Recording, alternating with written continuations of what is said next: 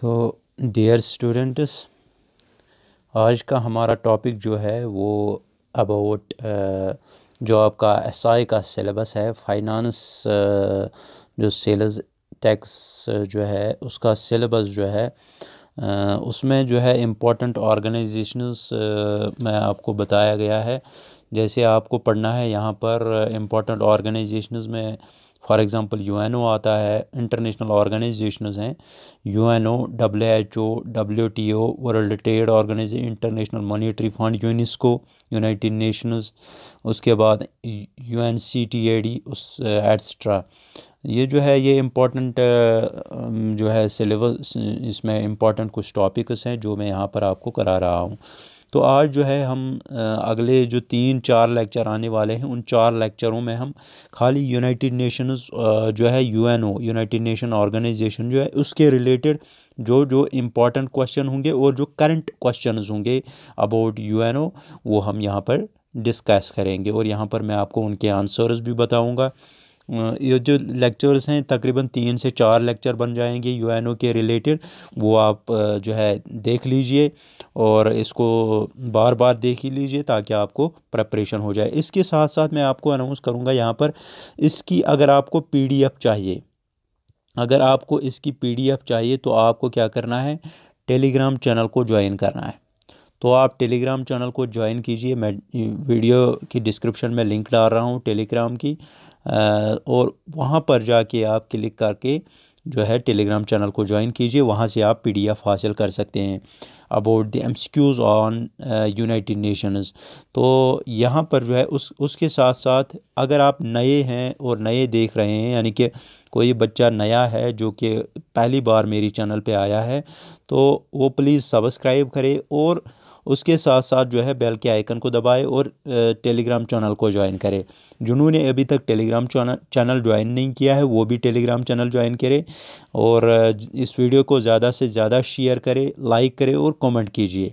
जहाँ पर आपको डाउट लग रहा है वहाँ पर मुझे कमेंट कीजिए, I will clear all your doubts. और एग्ज़ामिनेशन की तैयारी कीजिए क्योंकि आगे और भी एग्ज़ामिनेशन आने वाले हैं।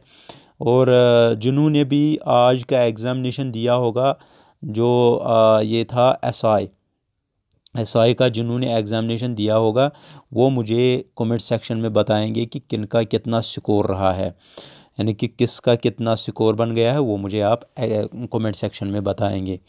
चलिए स्टार्ट करते हैं हम हमारा आज का टॉपिक। इसमें कुछ करंट क्वेश्चन भी आएंगे और कुछ जो है यूनाइटेड नेशंस ऑर्गेनाइजेशन ये रिलेटेड हैं, यानी कि ये सारा का सारा टॉपिक ही रिलेटेड है मगर कुछ करंट अफेयर में आते हैं। तो चले स्टार्ट करते हैं यूनाइटेड नेशंस के रिगार्डिंग। पहला question, United Nations has announce a project on early weather warning system along with which institution. ये करंट अफेयर का क्वेश्चन है। तो यहाँ पर बता रहा है कि यूनाइटेड नेशंस ने अनाउंस किया है कि वो एक early weather warning system install करेंगे, यानी कि इसको इंस्टॉल किया जाएगा अलॉन्ग विथ विच इंस्टीट्यूशन, किस इंस्टीट्यूशन के साथ इसको ये काम अंजाम दिया जाएगा। यहाँ पर ऑप्शंस दिए हुए हैं, वर्ल्ड मेटीरियोलॉजिकल ऑर्गेनाइजेशन, उसके बाद नीति आयोग, उसके बाद नासा एंड देन इसरो। तो यहाँ पर करेक्ट आंसर आएगा वर्ल्ड मेटीरियोलॉजिकल ऑर्गेनाइजेशन।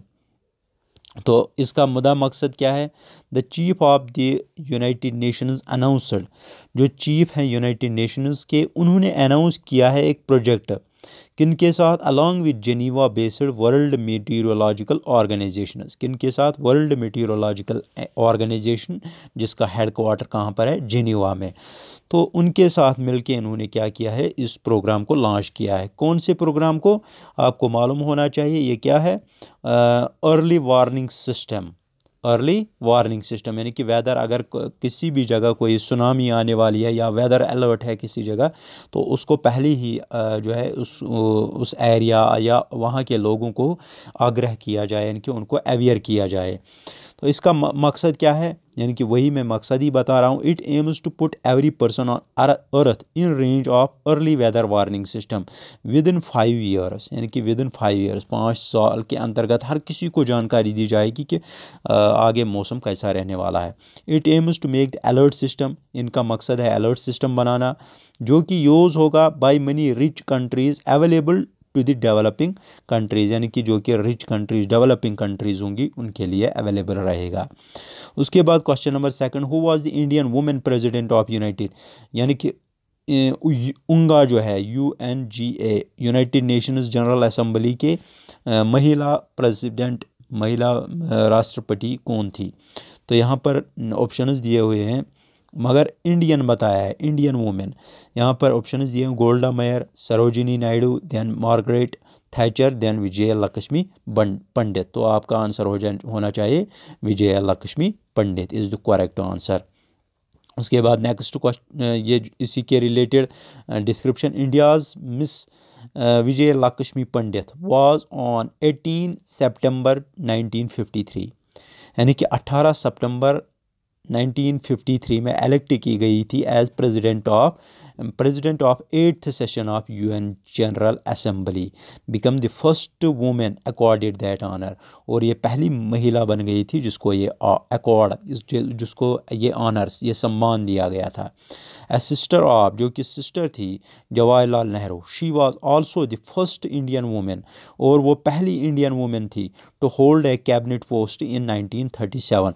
आपका सिलेबस में जो है, सिलेबस में आपका एक जो है पॉइंट है फर्स्ट इन इंडिया में एडवेंचर स्पोर्ट्स डिस्कवरीज। तो आप यहाँ पर याद रख सकते हैं कि फर्स्ट जो है वो कौन लेडी बनी थी, मिस विजया लक्ष्मी पंडित। उसके साथ साथ आप यहाँ पर देख सकते हैं कि first women, Indian women to hold a cabinet post in 1937, ये पहली महिला थी। When she was made the minister of local self government and public health की ये मिनिस्टर बनाई गई थी। उसके बाद question number third, which is the headquarter of United Nations environment programme, यानी कि यूनिप का हेडक्वार्टर इनमें से कहाँ पर है। Geneva, Nairobi, Paris and New York. Correct answer is Nairobi. याद रखना, नैरोबी आप कैसे याद रखेंगे, यहाँ पर जो है आप देख सकते हैं, ये जो एन है, एन से स्टार्ट होता है नैरोबी, एन जो है यहाँ पर यूनिप में भी आता है, तो उससे आप थोड़ा रिमेंबर कर सकते हैं। ये थोड़ी सी ट्रिक मैंने आपको बताई है, UNEP, तो इसमें एन जो है नैरोबी इसका हेडक्वार्टर है। नेक्स्ट क्वेश्चन पे चलते हैं, नेक्स्ट इसकी डिस्क्रिप्शन देते हैं। The United Nations environment programme coordinates response to environmental issue with the UN system, यानी कि यूनाइटेड नेशंस एनवायरनमेंट प्रोग्राम यानी कि यूनिप का फंक्शन क्या है, ये कोऑर्डिनेट करती हैं किन के साथ, एनवायरनमेंटल जो रिलेटेड प्रोग्राम्स होते हैं उनके साथ कांटेक्ट करके ये जो है UN सिस्टम को अवेयर करते हैं। इट वाज फॉर्मड, ये कब बनाया गया था UNEP, after the UN conference on human environment in Stockholm, जो कि कब हुई थी 1972 में। कौन सी कॉन्फ्रेंस हुई थी, UN conference on human environment in Stockholm in 19 June 1972, और तब इसको इनाग्रेट किया गया था। यूनिप जो इसका पार्ट है यूनाइटेड नेशंस का, तब इसको एस्टेब्लिश किया गया था। UNEP is headquartered at Nairobi, Kenya. कहाँ पर पड़ता है ये, नैरोबी कीनिया में पड़ता है। UNEP is set to commemorate the 50th anniversary of its creation in special two day session of UN environmental assembly, यानी कि हाल ही में इसकी 50th एनिवर्सरी हो गई थी जब 2 डे सेशन था किसका, UN एनवायरनमेंट असेंबली का। उसके बाद क्वेश्चन नंबर 4 पे चलते हैं। When was the international women's day officially by the United Nations, यानी कि वुमेन्स डे को ऑफिशियली कब डिक्लेयर किया गया कि इसको सेलिब्रेट किया जाए। यहाँ पर ऑप्शंस दिए हुए हैं 1966, 77, 1992 एंड देन 2000। तो करेक्ट ऑप्शन आएगा 1977 को डिक्लेयर किया गया as this official international women's day. उसके बाद international women's day was officially recognised by United Nations in 1977। International women's day is celebrated in many countries to recognise women for their achievement. International women's day जो है ये हर तकरीबन maximum मुल्कों में ये मनाया जाता है, ताकि क्या इन महिलाओं की अचीवमेंट, उनका अवेयरनेस, उनको अवेयर किया जाए, उनके हकूक़ जो है उनको मिलने चाहिए। International women's day, the campaign of UN is, यानी कि इंटरनेशनल वुमेन्स डे के दौरान जो है कैंपेन क्या थी UN की, जेंडर यानी कि थीम यहाँ पर क्या थी, जेंडर इक्वालिटी टुडे, यानी कि क्या, gender equality today for a sustainable tomorrow. याद रखना, gender equality today for a sustainable tomorrow. Another campaign of international women's day is, जो अलग और एक कैंपेन थी इसकी, जो एक थीम थी, वो थी break the bias, break the bias. Break the bias means यानी कि महिलाओं को भी ब्रेक मिलना चाहिए, यानी कि इनको भी जो है हुकूक इनके भी है, यानी कि इनको भी जो है हर किसी काम से जो है इनको ब्रेक मिलना चाहिए। उसके बाद क्वेश्चन नंबर 5 पे चलते हैं। Wire is the head quarter of United nation conference on trade and development located. अब यहाँ पर क्वेश्चन पूछ रहा है कि United Nations conference on trade and development, इसका हेड क्वार्टर कहाँ पर है। यहाँ पर ऑप्शंस दिए हुए हैं, जिनेवा, वाशिंगटन, पेरिस, ब्रसेल्स। तो करेक्ट ऑप्शन इज़ जिनेवा। कहाँ पर है, United Nations conference on trade and development, यानी कि ट्रेड एंड डेवलपमेंट का जो है यहाँ पर आपको ऑप्शन बताना है, तो यहाँ पर ऑप्शन आएगा जिनेवा में इसका हेड क्वार्टर है। उसके बाद इसकी थोड़ी डिस्क्रिप्शन देखते हैं, इसके बाद इसका थोड़ा सा पढ़ लेते हैं।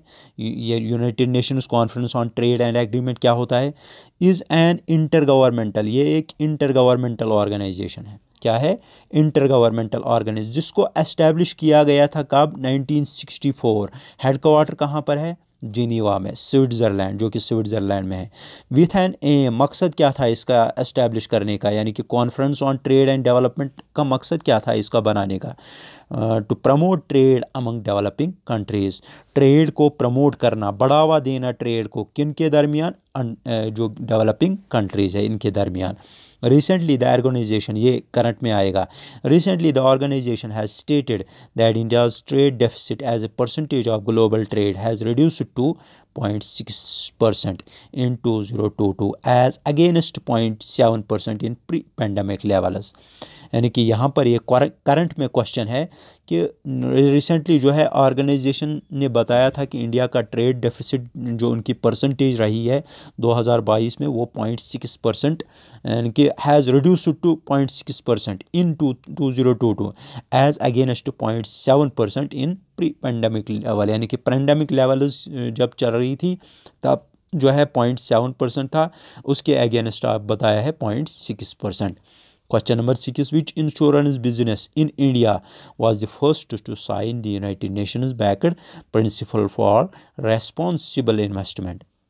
Which insurance business in India, यानी कि कौन सी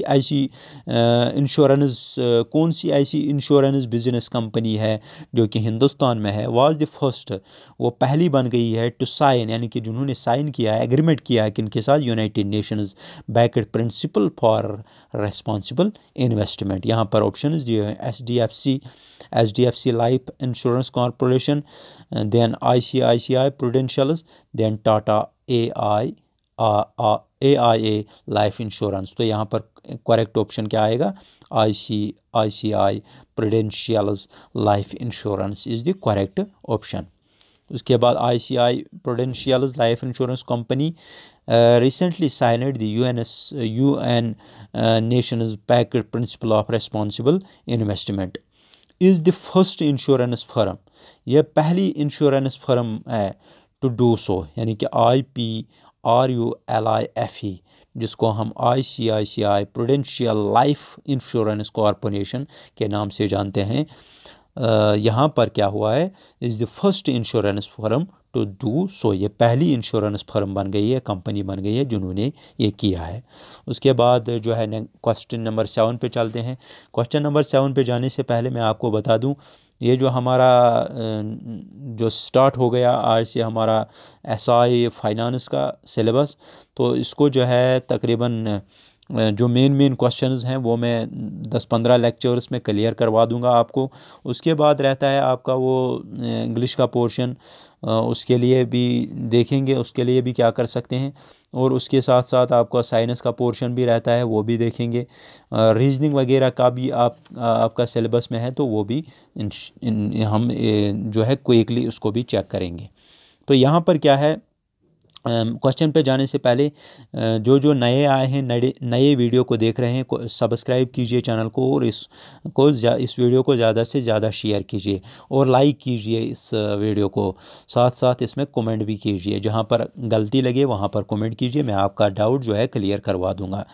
next question number 7, the United Nations launched it is largest even country specific appeal for which country, यानी कि किस कंट्री के लिए जो है उनको मदद करने के लिए अपील की थी यूनाइटेड नेशंस ने। तो ये आपको पता ही होना चाहिए, ये करंट का क्वेश्चन है, ये अफ़गानिस्तान। इसमें option number B is correct answer, Afghanistan. UN and partners launched their largest ever country-specific appeal for Afghanistan at a special session where the UN launched 5 billion appeal. $5 billion की अपील की गई थी ताकि जो अफ़गानिस्तान है उसको मदद की जाए। Aim to rescue the collapsing basic service in Afghanistan, मुद्दा मकसद क्या था? इनका मकसद था जो कोलैप्सिंग बेसिक सर्विसेज अफ़गानिस्तान में हो रही है उनको बचाना, विच हैव लेफ्ट, जिसकी वजह से 22 मिलियन लोगों की जो है ज़रूरत पूरी हो जाए, क्योंकि वो बुके वहाँ पर जो है कहत साली वगैरह जो है पुअरिटी के कारण जो है वहाँ पर जो है ग़िज़ाई प्रॉब्लम हो गई थी, बाकी चीज़ हो गया था, तो उस वजह से यहाँ पर जो है UN ने 5 बिलियन की अपील की थी बाकी मुल्कों से। क्वेश्चन नंबर 8 पे चलते हैं। Which United Nations body release annual overview of future needs, यानी कि कौन सी ऐसी यूनाइटेड नेशंस की कौन सी बॉडी है जो कि रिलीज़ करती है annual overview of future needs. तो यहाँ पर ऑप्शंस दिए हुए हैं, OCHA, यूनिसेफ, UNFPA, UNHCR। तो ये OCHA है। अब OCHA क्या है ये भी देखते हैं। The United Nations office for the coordination of humanitarian affairs, ये क्या है? O for office, C for coordination, H for humanitarian and A for affairs. तो ये इसका मतलब क्या है? United Nations office for the coordination of humanitarian affairs released its annual overview of future needs as per the report, यानी कि इन्होंने जो एनुअल ओवरव्यू रिपोर्ट दिया है उसके मुताबिक 274 million people is predicted to require emergency humanitarian aid next year in countries such as. इनके मुताबिक जो है नेक्स्ट आने वाले कुछ समय में जो है तकरीबन 274 मिलियन लोगों को एमरजेंसी ह्यूमैनिटेरियन एड प्रोवाइड करना पड़ेगा। जैसे अफ़गानिस्तान आता है, उसमें इथियोपिया आता है, म्यांमार आता है, सीरिया आता है, यमन आता है। इट आल्सो प्रोजेक्ट्स, इन्होंने ये भी प्रोजेक्ट किया था कि 17% jump in number of people who will need urgent assistance in 2022, यानी कि 17% जो है इसमें बढ़ोतरी आएगी, यानी कि 17% तक इसको बढ़ोतरी आएगी 2022 में तकरीबन उनके लिए ज़रूरत पड़ेगी। एंड अपील्स टू डोनर्स, और अपील किया है डोनर्स को, यानी कि जो देने वाले होंगे, कि आप 41 बिलियन असिस्ट करें to help 183 million needy people, ताकि 183 मिलियन नीडी पीपल को मदद मिल जाए। Question number 9. The United Nations has recently warned the drought and famine conditions to which country? कौन सी कंट्री को जो है यूनाइटेड नेशंस ने वार्न किया था कि वहाँ पर ड्राफ्ट या फेमाइन जो है कहत साली वगैरह होने वाली है। ऑप्शंस है India, China, Sri Lanka and Somalia. तो यहाँ पर Somalia is the correct answer. The United Nations has recently issued a warning to the African nation of Somalia. Somalia क्या है? ये एक अफ्रीकन नेशन है। अबाउट किस मतलब इसको अवेयर किया गया था? ड्राफ्ट के मतलब। एंड इवन फेमाइन, यानी कि कहत साली भी हो सकती है यहाँ पर in near future, and urgent to take immediate action in this regard, इसलिए आप इसके लिए तैयार रहे, इसके लिए आप कुछ अच्छा कीजिए। The warning has been issued based on climate projection, warning किस बुनियाद पर दी गई थी? जो क्लाइमेट प्रोजेक्शन हो गई है। And the fourth consecutive failed rainfall season, क्योंकि चौथी बार कंसेक्यूटिव वहाँ पर रेनफॉल नहीं हुआ है। It has been reported that nearly 1 lakh people of Somalia have abandoned. It has been